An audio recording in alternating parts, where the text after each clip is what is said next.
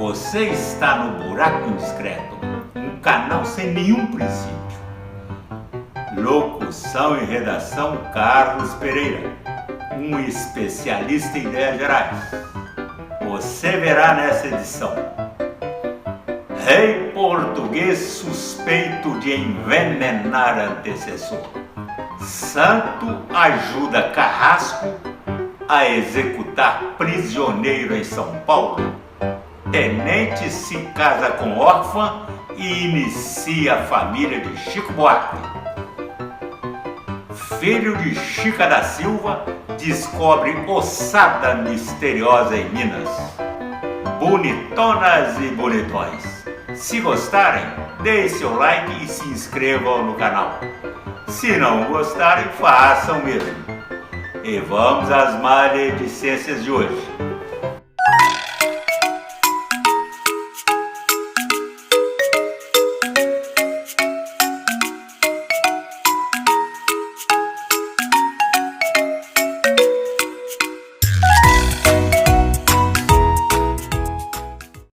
Rei Dom Manuel I, o Venturoso, suspeito de envenenar a antecessor Dom João II. O suposto envenenador foi patrão de Pedro Álvares Cabral e Vasco da Gama, entre outros vitoriosos aventureiros marítimos, e governante que muito se aproveitou dos resultados do trabalho desses dois navegantes, principalmente das viagens do Vasco. Foi conhecido entre seus companheiros de realeza como o Rei dos Secos e Molhados.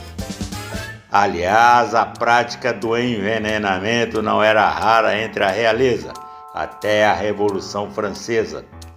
Se o sujeito ou a sujeita estava demorando a desocupar o trono por meio de morte natural, o candidato à sucessão dava um jeito de ajudar a natureza, apressando o processo. Dom João caiu doente do nada e morreu rapidamente, quando estava descansando em uma estação de águas no Algarve. Sua doença e morte repentinas foram muito úteis ao Venturoso, que ocupou imediatamente o trono. Ele chorou convulsivamente ao saber da morte do antecessor. Muitos dizem que de alegria. Médicos e historiadores se dividem a respeito do fato. As discussões em torno do tema já duram 5 séculos, pois médicos modernos também deram seus pitacos no assunto, baseados em evidências históricas. O certo é que o episódio veio ratificar a fama de venturoso ou sortudo do Manuel. Este viu um trono cair no seu colo, por falta de outro herdeiro mais palatável. Era um reles primo do falecido. O João havia perdido seu único filho com a rainha Leonora devido a uma prosaica queda de cavalo. No seu reinado, a sorte continuou. Desbravou-se o caminho para as riquezas do Oriente e Cabral topou com o Brasil, sem querer querendo. Assim, o Manuel se tornou pai da cereja do bolo do colonialismo português. Santo impaciente ajuda Carrasco a liquidar protestante. Os colonizadores portugueses, de batina ou não, tinham 2 preocupações básicas: encher os próprios bolsos e aumentar o rebanho católico com novas almas, colhidas entre os nativos locais. Os 2 exércitos, o do rei e o de Cristo, os jesuítas, viveram então em uma guerra surda. O primeiro viu os índios como mão de obra gratuita a ser escravizada, e os jesuítas também, mas viu esses brasileiros natos como uma reserva de mercado para Deus. Só eles, padres, podiam explorar essa mão de obra tão abundante e barata. E as divergências se estendiam aos lençóis, ou, no caso dos índios, às redes. enquanto os portugueses, atendendo seus compromissos com o rei de povoar os sertões, insistiam em se deitar com o maior número possível de ilhas, os padres insistiam na monogamia entre casais. Esse foi mas não o único ponto de divergências entre as duas partes.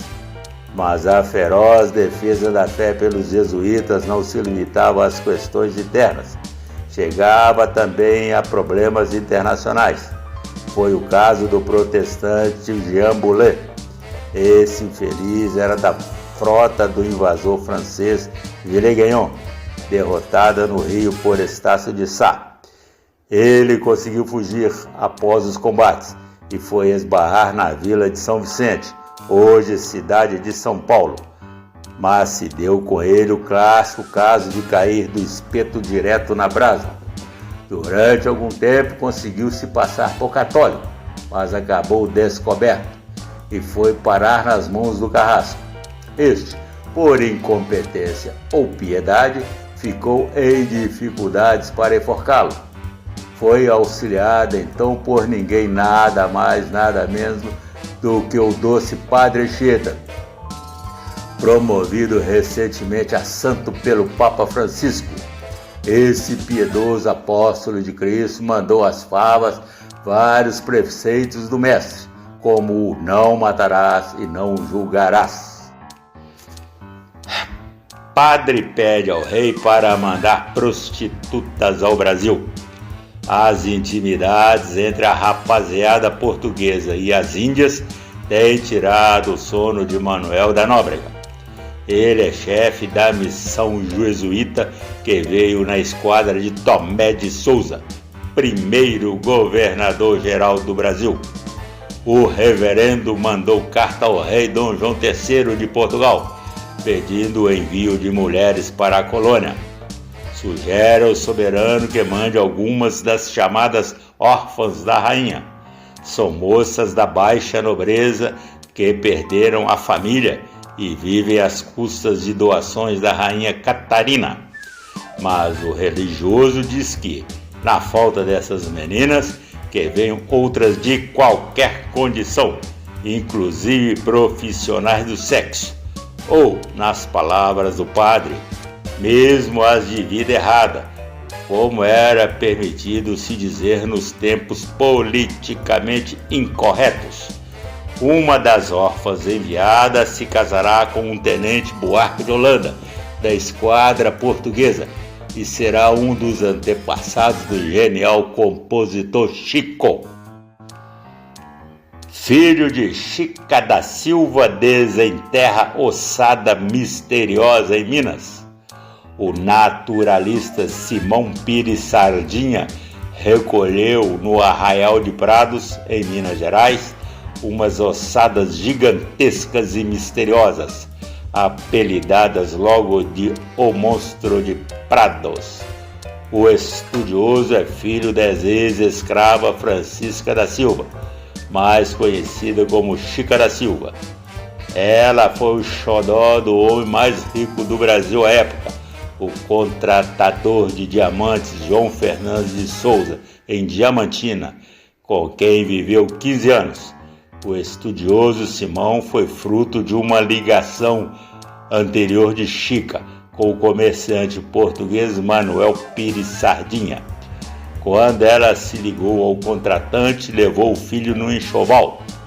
O garoto recebeu todo o apoio de João Fernandes, que bancou seus estudos em Coimbra, Portugal, para onde iam todos os jovens ricos.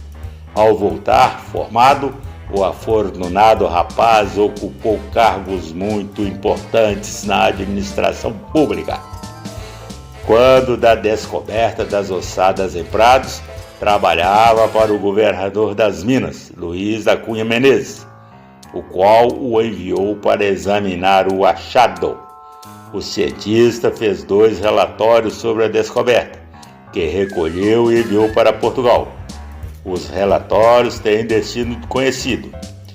Um está no Arquivo Histórico Ultramarino em Lisboa, a outra no Museu Nacional de História Natural da Universidade da mesma cidade. Quanto às ossadas, não se sabe onde foram parar. Por hoje é só. Domingo tem mais buraco discreto, com outras novidades velhas.